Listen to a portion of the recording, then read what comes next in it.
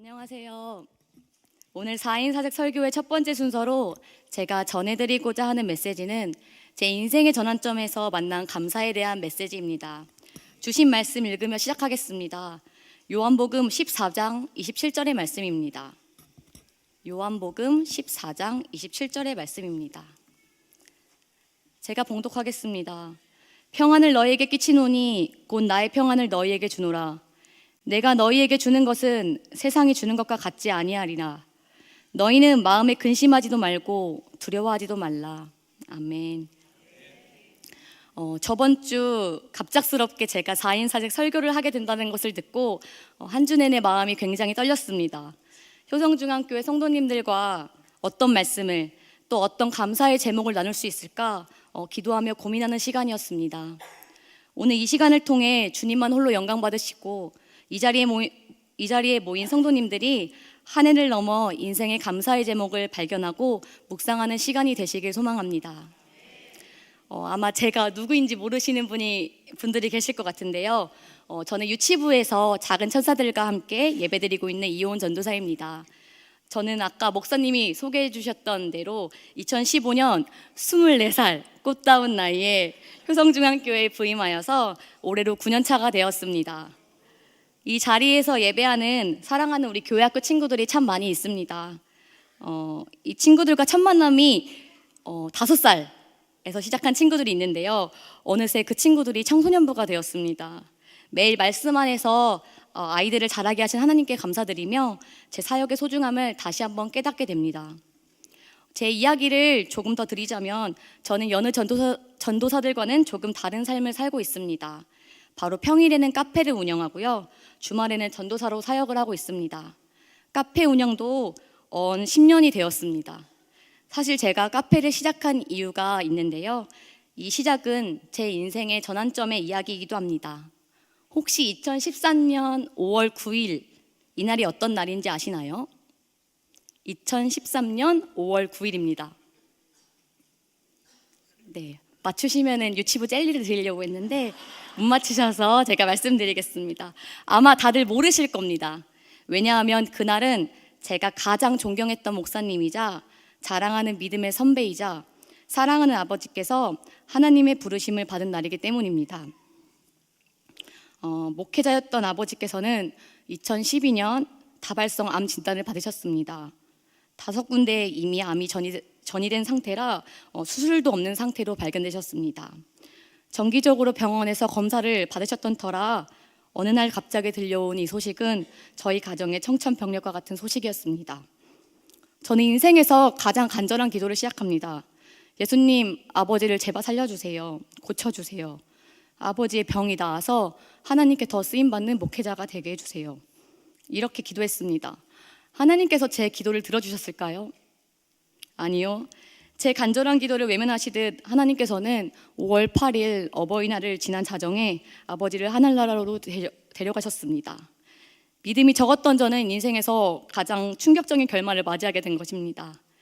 인생을 통틀어 한 기도 중에 가장 간절했고 가장 절실했던 기도였는데 들어주시지 않는다는 것이 저에게는 너무 받아들이기 힘든 결과였습니다. 그때부터 저는 기도가 망설여지기 시작했습니다. 이제부터 나는 어떤 기도를 해야 되는 것인가? 하나님의 뜻을 아는 것은 너무나 어려웠습니다. 하지만 하나님께서는 그런 믿음이 적은 저를 아시고 아버지가 병원에 계실 때부터 한 말씀을 주셨습니다. 그때의 말씀이 나사로에 대한 말씀이었습니다. 흔히들 아시는 내용은 나사로가 부활하는 이야기일 것입니다. 하지만 하나님께서는 제게 요한복음 11장 35절의 말씀을 주셨습니다. 그 구절은 이렇습니다. 예수께서 눈물을 흘리시더라. 이 말씀은 예수님께서 나사로가 죽은 것을 보시고 나사로의 형제 마르다 마리아와 함께 눈물을 흘리시는 대목입니다. 왜 우셨는지에 대해서는 많은 학적인 해석이 있겠지만 저는 이 한 구절이 몇 번이나 반복해서 묵상했는지 모릅니다. 왜냐하면 그 말씀이 제게는 참 위로가 되었기 때문입니다. 하나님께서는 나의 기도를 외면하신 것이 아니라 저희 가정과 함께 눈물 흘리며 계셨다고 말씀하시는 것 같았습니다. 이 말씀을 통해 하나님께서는 감사하게도 아버지가 아프실 때 저의 마음에 평안을 허락하셨습니다. 그 주신 평안이 제가 인생의 전환점을 맞이했을 때 처음 느낀 감사였습니다. 사람의 생각대로 말한다면 당연히 아버지가 나사로처럼 다시 일어나 하나님의 영광을 드러내야 가장 좋은 결과의 모습이 아닐까요? 하지만 저는 요한복음의 말씀을 통하여 그렇지 못했던 결과에 또 평안할 수 있었습니다. 놀랍게도 하나님께서 함께 계신다는 그 말씀과 사실이 제게는 그 무엇보다 큰 위로이자 평안이 되었기 때문입니다.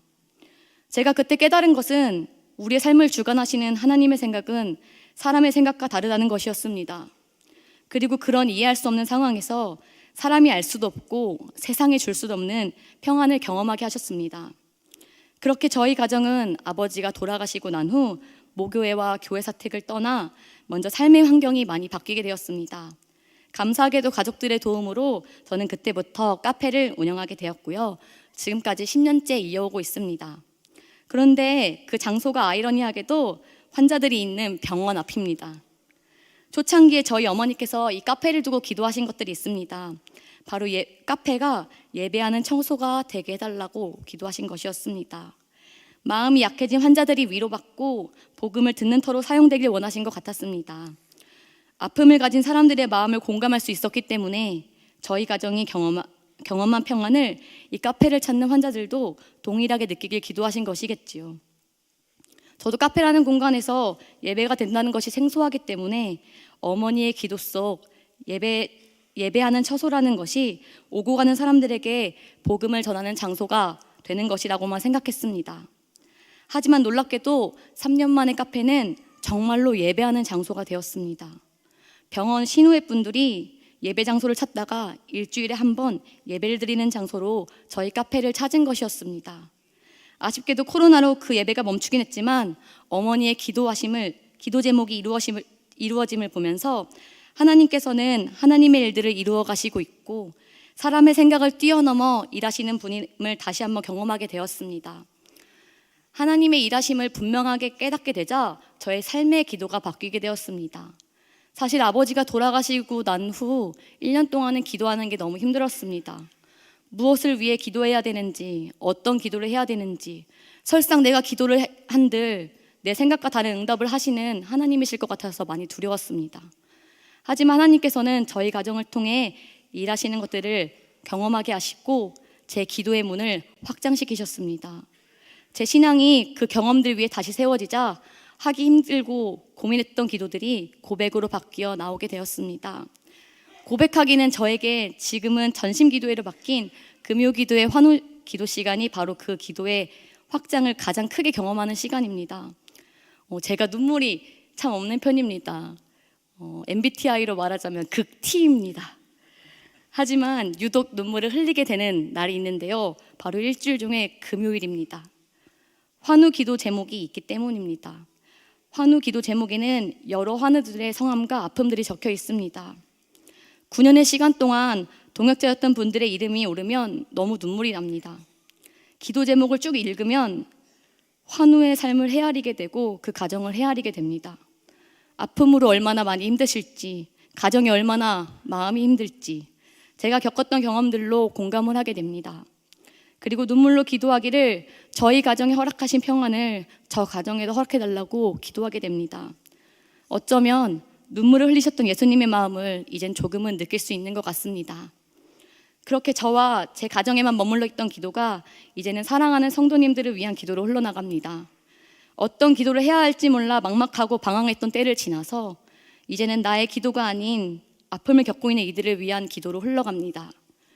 주님, 인간의 생각과 뜻을 넘어선 하나님의 뜻을 알게 하시고 아픔을 겪는 이들의 마음을 만져 평안을 달라고 기도하게 됩니다.